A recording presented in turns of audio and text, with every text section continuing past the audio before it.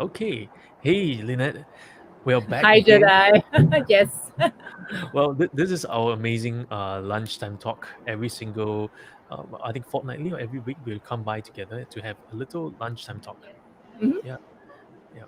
Really excited because one of the things that we are doing here as well in our talk, we call this Conversations That Matter, the show, where we have, you will see mainly me and Lynette on this channel as well a lot of times, and we will invite different speakers that come on board, different coaches, different experts in their fields, or people of daily lives, where we do live coaching with them, where we do live coaching interventions, we do team coachings here in live. We also do have different teams and topics from life, workplace, careers, health, wellness. So over the next several months, you will see us introducing different people, different speakers, and different people that will come on board our channel and to Mm. share a little bit about their lives, and also to help you come on board on our live stream as well. So eventually, what we'll see is that we're going to have some live coaching interventions that will be conducted. It's really, really exciting for this journey that we're on. Yep. Okay, so well, let's introduce Lynette first. Lynette is our executive and life coach. She's a leadership coach, focusing a lot on business etiquette, courageous leadership. And do stay tuned because we're going to have an exciting program that we're going to feature Coach Lynette, who's going to be taking some of you out there who are thinking about wanting to grow in terms of how you conduct yourself in the workspace, in leadership, in business. She's going to be conducting a business etiquette coaching class really soon. So stay tuned for that, right? Because by the end of the year, we're going to launch that product out. It's going to be really exciting for you to join in. Yeah, it's about how So to be authentically you. Yes. yes, yes, yes. Well, so how have you been, Lynette? I've been good. Been busy on the work front for because I'm running the campaign for I Run for Hope, which Mhm. is to help youth with mental health issues. Yep. With the increasingly shocking stats that IMH and SOS has revealed of on average, a youth actually committing suicide every day. My heart feels for them, and it reminded me of the reason why I started coaching in the first place. Of Mm, that, I wanted to try and help, but I was lost. I didn't know what mm, to do, and wanted to help without uh, judgment, which is mm. to help them move forward. Yep. Um, and then that's when I chanced upon coaching, and I met you, and then the rest is history. Yeah. Yeah. So I really that love. campaign has been keeping me busy. Sorry. Yeah, I really love what you're doing in that campaign to really help be the voice of mental wellness and mental health. And I think that's so important because many times I think in this society, we talk about mental health, mental wellness, but there's a kind of stigma that people have on that. Mm. Like, there's something wrong with you if you have mental health. There's something wrong with No. Yeah, that's why it's a stigma, like you rightly pointed out, and it's like our physical health. Would you take care of your physical health? Would you go for exercises? yeah, You would. So it's like when you're not well, you would go and see a doctor, or you will actually pop a vitamin C pill, or like if you're having a headache, take a Panadol. But for yeah, mental health, some people have the stigma, like you rightly pointed out, that it's like a taboo, but it's not.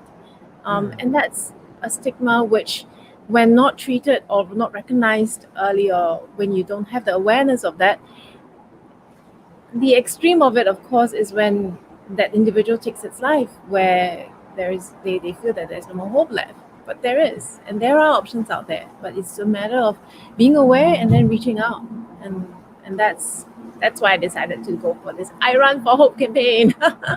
Yes. So So let's run for hope. I think that's something really amazing that Lynette's doing all across the world as well. And really, mental health and mental wellness should be more spoken about. And I think that's why these conversations truly matter. Welcome for those of you who are just joining us on our live stream. Lunchtime talk. We have a Yes. little Starbucks with us, a little cup of coffee.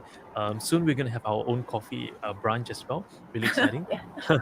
One of these days. One Mm. of these days. We're gonna Yes, really do yes, it. yes. Yeah. And I know So. just the coach that will run that. Yes. Yeah. So, well, if you are here and new to our channel for the first time and new to our stream for the first time, this is the Conversations That Matter show.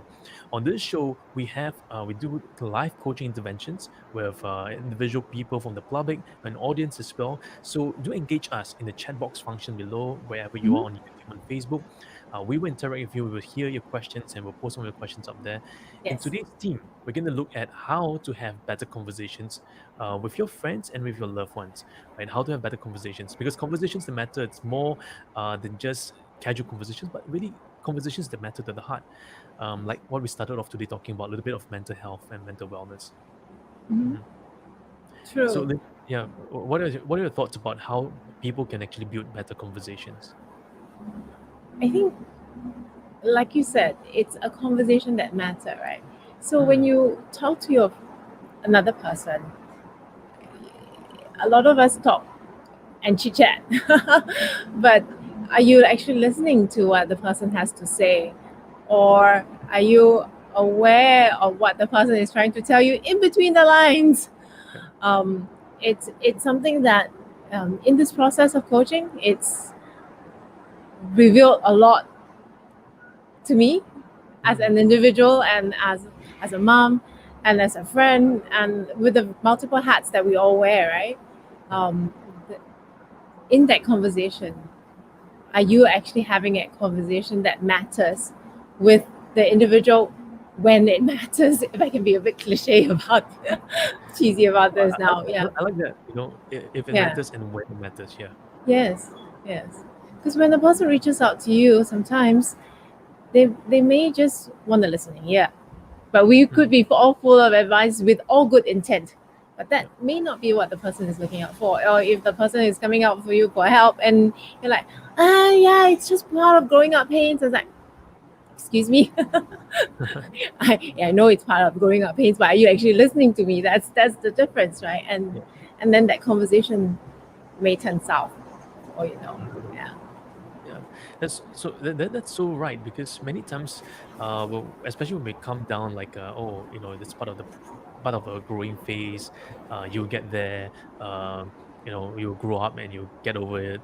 The kind of conversations actually put us down, or it actually distance us away Yeah, from, correct. the speaker or the listener as well. Unconsciously as well. Yeah, Yeah, yeah, yeah, yeah, and often it's the hardest part, to hold yourself back and to walk through the journey again with that person. yeah. Yeah. And have that conversation that truly matters for your friend or for that person that's opposite you, or it could be with a colleague even, or Yep. with your supervisor or superior in that sense. Yeah, Correct, correct. And yeah. I've seen sometimes, like, bosses, when they talk to their subordinates or when they talk to their teams, when the teams raise certain issues that the bosses have been through before, they will like have a little smirk, say, "Ah, that is such a simple thing. You should know how to do it." That kind Mm-hmm. of feeling. And no wonder Correct. teams today are really, really stuck, because they're just wondering, hey, why is my boss like this to me? Right? That, like, my boss don't care for me. And on both sides, it's not that the boss don't care, but the boss think that it's something that they've overcome, so it should be easy. You can overcome too. Yeah. Yeah. And that's actually putting on your own lens, right? And Yeah. then portraying that onto the other. And I think Mm, especially because of the current pandemic crisis right now, everybody is forced to work from home. And when yeah. you're being work from home, you have just the screen time. What's in front of you is what you see, and you don't. And unless you take that time to find out, or unless you're really present in that conversation with the person, a lot of what the person or the person opposite you might be, or your colleague may be telling you, will be lost. Mm, And then that's why they say, oh, I'm having a lot of fights at home, or I'm having a lot of misunderstandings with my boss or my superior or my colleagues. mm, Why? And that's when issues start surfacing, right? And that's when we need to start taking a pause and reflecting. yeah. Yeah. Yeah, and that's so important as well. Today when we talk about having better conversations, in fact, one of the things, many people put it aside, which is how to build better conversations or how to communicate better. Yes. Um, yeah, and I like what you mentioned earlier, is the not just that matter, but when it truly matters. When it truly matters, are we there for the person? Are we there to sit down to listen to the person, putting aside our thoughts, putting aside the issues that bother us, and just being there in the moment of the person. Yes. I think that's so important. Yeah. Yeah, that's true. Because when you're not in the moment with the person, then the person actually subconsciously would feel it, and then they'll be like, you're not listening to me, so why do I want to talk to you? And then you just walk away, and then you'll be like thinking, what did I do? I didn't do anything. Yeah, no, totally. I've seen that Right. happen many, many times. Yeah, because Yeah. the conversation actually goes across the other person. Say, hey, do you really care for me? Do you really care enough to listen to me and hear me out, or are you just caring about yourself? Just wanting to cut the conversation and bye bye. Yeah. Yeah. Yeah. And that's what it boils down to, right? Because if they don't find that you're listening or caring for that person, then why do I want to waste my time with you? I mean, we all have our own selfish intent for various things, and then that's the message that you're driving across subconsciously. Yeah, that's so true. Well, if you're new, if you're just joining us in our YouTube channel live as well as Facebook Live, there's a chat box function below, and you can post your questions there, and we'll be sure to answer some of your questions about conversations. Today's theme and topic is on how to build better conversations with your friends. And many people think that friendship is just something simple, and I kind of find it interesting that when we were growing up in secondary school, high school, or college, or we have a lot of friends, but once we get into the workforce, the number of friends that we have drastically drops. Yes, correct. It just goes, yeah, it just Yeah, goes down. You're right. Yeah. yeah. I'm just wondering, what are some thoughts on why do you think that happens um, in our life, You in our know, workspace? it's interesting you asked that question because I was just having a conversation, a coaching conversation with a client, and client commented of the same, that when started working, it's like all of a sudden the sphere of friends just shrank, and then a couple of years down the road it shrank even further, whereby the close knit group that was there is no longer, and and we got to realize that afterwards in the conversation that it was because of life's evolvement, if there's such a word, whereby when you're friends, everybody is very true, very pure, and also having the same interest. But when you go on to a workspace, unless you share the same interests, unless you share the same passion, um, conversation, unless it evolves outside of work, then it's very narrow. And then of course, then as life goes on, you meet a partner, you get married, you have kids, and then that's life's evolution, right? And if you're not along that same path, the conversation kind of dwindles, and then with the life expectancies of the obligations that you need to fulfill, responsibilities, and I think that is part of the cause of what we found out at the end of the conversation of why that sphere of friends have reduced, but also the different challenges that come on board may be different, and somehow the frequencies don't connect anymore. But it's quite interesting that you asked that question also, because I just did a secondary school meetup. We've not met each other for I think more than 20 years, and we were like, oh, okay, I just revealed my age, but never mind. Yeah, so we just yeah, but we met out, and we kind of like, I would say that our relationship now, because of, even though there was a break where we weren't in like close contact, like being in touch with everyone every day, or like touching base every day, but when we met the week before, it was like we connected, and because we had a common ground, common interest, common base of friends, the conversation just flowed very naturally, and we was very comfortable with each other, comfortable with our own skin, and it was it felt so good to be in that environment again, amongst an environment of good friends, friends that had shared a part of your journey, and actually appreciate you for who you are now as well, and that conversation really mattered for me, and I think the takeaway was similar for my group of friends when we caught up as well. So Yeah, I totally agree with that. Like there's different seasons where we have different friends, yes. and especially in secondary school, that's when our secondary school, I think for some of us out there, would be high school or middle school.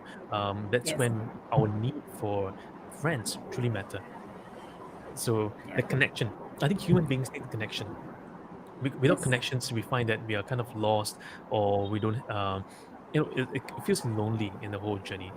But having that few friends would be really important. I think even in the workspace as well, there's a whole new season we're entering, the season of working or family, finding your soulmate. And Mm. so we begin to more serious about things, right? Yeah. We begin to think things differently, and often we think that that's the stage of maturity. So it's kind of interesting when I talk to younger people in their 16, 17, they can't wait to go to a pub or Yes. club. Correct. Correct. They're just raring to go, right? Yeah, and once they cross like in the mid 20s or late 20s, they said, that's not for me. That's for the young people. It's too tiring, right? Yeah, True. and they probably True. go to more refined places, maybe having a nice meal, yeah. And it's really interesting with the people that they're with. And sometimes what's true as well, it's that we become like the people that we hang around. Yes, that's very Yeah. true.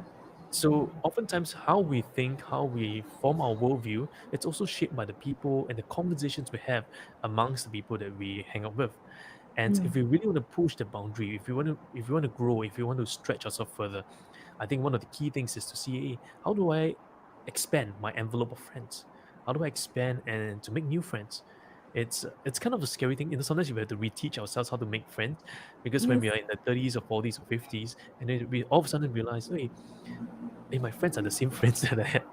it's so Everyone, different. yeah, Yeah. it's so different. Everyone else is like my colleagues, or they are my acquaintances. They're not really a friends. Yeah. So how would you build friendship like at But in different because stages? at different stages. But I think coming back to your point earlier that there are different seasons, and I think that's an appropriate and beautiful word to use because there are different seasons in our lives where um, different friends or different people will come into our life, and it's how you touch that life and having that relationship, maintaining that relationship, and having that conversation that actually truly matters. Actually, at the end of the day, because it's not about the amount of time, but the quality that goes into it. But I was curious before you asked me that question. I would like to ask you a question. Okay. So when you talked about like having pillars Yeah. of friends in while growing up because they are um, the different pillars in your life. So when I mean you're an amazing master coach, right? So along your journey, um, were there friends that had been your pillars that shaped you, that helped perhaps you felt shaped you? Yeah, but I think that along the way or along the journey, there are several people that come your path. They might not be friends. In fact, sometimes your friends might be your worst supporter, right? Mm. Because they might think that, okay, I think why don't you go for something safer, right? Or coaching is for the more senior people, and it should be in the 60s before you consider coaching. And that was the kind of frame that I had, right? And so I asked myself, is it possible to actually do coaching, not in the sense of today we have a lot of people call themselves coaches online and say I'm an online coach, I'm an Oh e-commerce yeah. coach, right? But we're not talking about that kind of coach. Those kind of coach are not coach. I call them fake coaches. No. Yeah. Yeah, watch one of my YouTube videos on fake coaches, right? So I said, it's kind of not really coaching. We want authentic coaches who are actually working with lives, who can transform life. And I've seen some amazing coaches transforming lives just through conversation. And what Yes. interested me was this, where I said, hey, I want to do something like this. Can I do like live intervention for people? Can I do transform a person's life? Because one of the challenges I faced growing up was mental health as well. So how having the people that come your way, having the friends that come your way, having coaches that come your way to really ask you the questions really mattered, because that will allow you to think about life in a deeper sense. And I think sometimes having that community or that team of friends and coaches to work with sometimes keeps you in a safe space. If not Mm. left alone, you start overthinking things, or you start over analyzing certain situations when you should not, and that kind of like makes you feel confused and inhibited. And having the friends, I think those are really really truly important.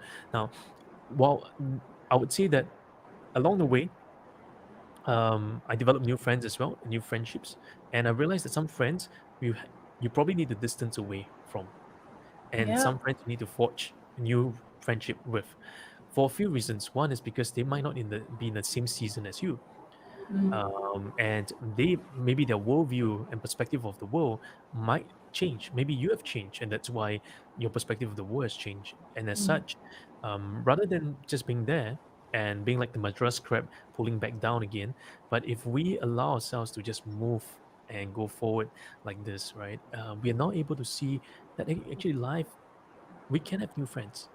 Right. There are friends that support us through the season. There's friends that stay with us all the way through in Yeah. the thick and thin. But yet there are still new friends that await us. And I would say this, every season there will come a friend or two, there will come a coach or two that will be there. Who is the right one for you in that season? But the big Mm. question is, are we aware of the seasons we're in?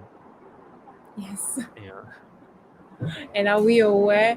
Not when we are aware of the season that we're in, we are then able putting ourselves in a better position Correct. to open our eyes and pick the right friend. Yeah. Yeah. Because friends, as you said, it's a double edge in some sense. I mean, Mm, some of them can support, and some of them would be that devil's advocate mm, that would say, "Why are you doing all this when it's actually really what you want to do?" mm. Yeah. So Correct. so yeah, I can comprehend what you're saying. Yeah. Yeah, that's so true, because sometimes, friends will always think that, oh, what, like, are you here for me? Are you here to take advantage, or is there something more than that? Sometimes the second guessing really affects the trust. And that's why it's so interesting that even in coaching process as well, we always say that trust and safety is number one. Without trust, the conversations will go nowhere. Yeah. Yeah. And, True. and then one of True. the prerequisites for conversations that matter is trust. Yeah. Because if Which is one of the you ICF yeah. competencies, right? Yeah, because if you don't trust the person, then Yeah. no matter how much conversation you have, no matter what accolades Correct. you can have a PhD in your title, you may Yeah. have like lots Yeah. of things on the title, but it's not going to change lives. It's a pretty paper on the wall. Yeah, yeah, yeah. Yeah. So we want conversations that truly changes lives and begins with trust. And to me, building conversations or coaching conversations all happens through trust, right? Building that trust with someone, working on it step by step, and just being mindful in the moment with the person that it's a precious moment. It's a confidential moment that your clients have with you or your friends have with you, and you want to be present in the moment. Today we see like friends when hang out, right? All of us are still using our phones, like Yeah, oh yes. Instagram. Okay, sorry. Personally, for me, I find it a joke, but that's my personal opinion. Okay, everybody hanging out at the table having a dinner, or not even friends, sometimes families. Yeah, Personally, it's a joke. yeah, Are you hanging out with your phone, or are you hanging out with the person that's at the same table with you? correct, correct. And sometimes it's almost like if I don't look at my phone, or if I don't reply a message, then what if my other friend from the other side get affected? Oh, Because the most comical one is when the person you may be actually texting the person that's sitting opposite you, and I was yeah, like, huh? It's like you're just sitting next. Okay, this is before, of course, the pandemic situation that we're all in, but you're just sitting next to each other or opposite each other. You prefer to text? yeah. Okay, all right. And it's a pandemic. I think this is a worse pandemic than the pandemic we're facing.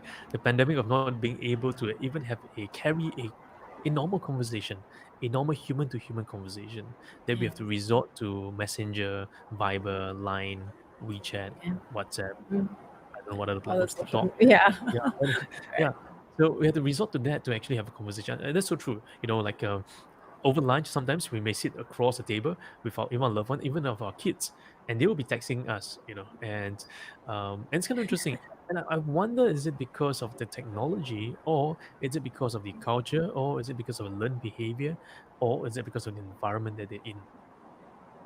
I think it's a combination of all, if you ask me. Yeah, I think it's a combination of everything. But for I truly believe that when you have a conversation that matters for the people at the table, when you're having that conversation, you have no excuse. I would use it as an excuse to look Yeah. at your phone unless you are in a position or you're working in a position where it requires you to be on demand for your position, or you may be activated for emergencies. Then that's, I think even then that for that there will be a reason, an activation. But I've seen people who actually, it's like a habit, right? Like they just pick up the phone and check if they've got any messages, or it's like a habit that they just, just what's the latest story from another person when they're actually sitting with another group of people at the door, at the same table. And it comes back to, what we were talking about earlier. What kind of conversation are you actually having? Yeah. What kind of what kind of impression are you actually sending across the table? If the other person is reciprocal and using the phone, then okay, fine. But if the person is not, and if the person is present, then what kind of message are you sending out to the person? And Yeah, one of the key challenges is this, right? What if everyone at the table are using their phones and chatting yeah, with each other? yeah, which is very common nowadays. Which is they're all present. I mean, they're fully present with their Present phones. They're fully, physically, yeah, physically present as physically well. with the phones, present with the other person as well, because they're texting the other person just across. And I Yeah, kind of feel that probably because the phone robs the person away from that human conversation. You're just using the mouth, using the eyes to look at the person, using your ears to listen, using your nose and your senses to feel what's happening.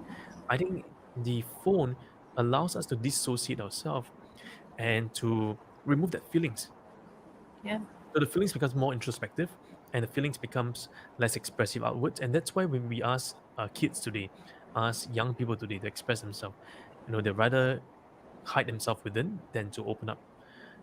And that's why there's increasing cases, not because this generation is more stressed. No, it's really about the way we are shaping behaviors, the way we are doing that in society, the norms that we're doing. And the more we repeat that kind of pattern, that means the more people start seeing, hey, actually, everybody's texting and over the table, the more it perpetuates in the whole society. I think yeah. eventually when we start having digital glasses, phone glasses, our phone is in our eye. Oh no. I can foresee the eyes going another direction then. Yeah, we Like we you're we talking will to me here, I'll be looking at you, but we'll probably not be looking at the person anymore. We're looking at the no. glasses. Yeah, And it's such a pity because I think maybe that's another conversation that we can have about technology, right? Being yeah, double-edged in that sense. But um and you've actually raised some real societal issues as well about the dilution of human interactions, mm, and then having that conversation in person, yeah, speaking it out. It's maybe you can call me old school, but I still enjoy that conversation over a cup of tea or coffee with the person that's just opposite you, having mhm, just a good conversation and being present actually for that person when you are there. yeah, Okay, you have got another appointment, but that's like later, then be there and mm, then do that and be there for that conversation because that person, for all you know, may have some things that he or she may have wanted to share with you, but because you were not present, is not able to have that conversation that would matter ultimately. Yeah, and I've heard of stories where, especially with this mental health, now being the mental health wellness month, right, mm, where people are coming out and sharing the stories of how a conversation actually changed their impression of pushing them beyond that edge. mm, Yeah, that conversation actually really matters. And I'm not saying that people would, but I'm saying that when you are with another, be there, hold that space. Yeah. If you want to use your phone, then use your phone. Then why do you want to meet that person? If I can be, yeah. But that's just my personal opinion. So mm. But that's really lovely and wonderful to know as well, because at the end of the day, what is a conversation to us and what's a conversation to our Mm. audience out there? When you're listening to a conversation, when you're hearing something, when you talk about how to have better conversations, what are we actually? What's our intention behind it? Is it just to get something done, a checkbox, or are we really having conscious engagement with the person, Yeah. the opposite of us, and being mindful of what we are dealing with, being mindful of what we are listening to and what we're having conversations with. And I think that is also part of mental health. I think one of the key things in mental health as well is for us to be able to share, creating the safe space and for the person to really open up and for them to share. I think that's going to be key. That's very true. And I would second that. Yeah. Yeah. Oh, that's really nice. And for those of you who just joined us, welcome to Conversation Matter by Coaching Changes Lives. This is a live show that we run every fortnightly, and then we'll go on and see if we should increase more of this. And over the next several weeks and several months, we'll have different. Me and Lynette will have different people that come on board our channel, and we have a little Mhm. discussion with them over lunch, a little coffee. And what we want to encourage you to do is also in our live chat, you're free to post your questions, your thoughts in the comment section below and in the chat box function, or if you're on YouTube live, if you are on our Facebook, just leave us a comment, a thought there, and we'll be able to address, right? So if you have any questions about conversations today, the theme is really about how do we have better conversations with our friends. And we discovered a few different things today, where we looked at the medium of conversation, we looked at the issues, present issues that people are facing. We also looked at the kind of seasons that people are in that affects conversations, and also understanding that, hey, maybe it's time for us to learn to make new friends afresh. Yeah. Yeah. Friends that would encourage and motivate us forward. Yeah. Yeah, great. So Lynette, do you have anything that you would like to leave us with before we end today? I think it would be like what you said, in a sense that, when you're in a conversation with your friend, be present with your friend and be a friend and not a device. Because for a device, it can happen anywhere, right? Yeah, yeah. If we are having a true conversation with a friend, then really be that conversation that your friend, be in that conversation that your friend will remember you as a friend and nothing else. Yeah. That's so true, right? Be you, be in a conversation. And last of all, we want to encourage all of you out there who are just wanting to know about coaching, wanting to come and join experience coaching, what coaching really is and what coaching can do for you. Now remember, coaching, it's conversational mastery. It's not just for coaches. In fact, we welcome youth to join our coaching programs. We welcome Oh, seniors, young people. In fact, we reach out to youth as well, because coaching also matters to them. Conversations also matter to them. Yeah, we see a little thumbs up there by one of our fans yes, over at Facebook. Okay, so someone give us a thumbs up on Facebook. it's Yeah, true. When I remembered my first comment when I ended the coaching class was, everyone should be a coach. The world would be such a better place then. yeah, it Yeah, is. It is. I encourage everyone to join us in our coaching program, because everyone should be a coach. yeah, And if we think about having personal development, one of the key areas is conversational skills, because conversational skills is also part of our ability to hold ourselves, to be in a better space, and to really become a better leader, a team player as well. In fact, tonight yes. we're going to have our team leadership coaching program. That's our PCC level journey for coaches.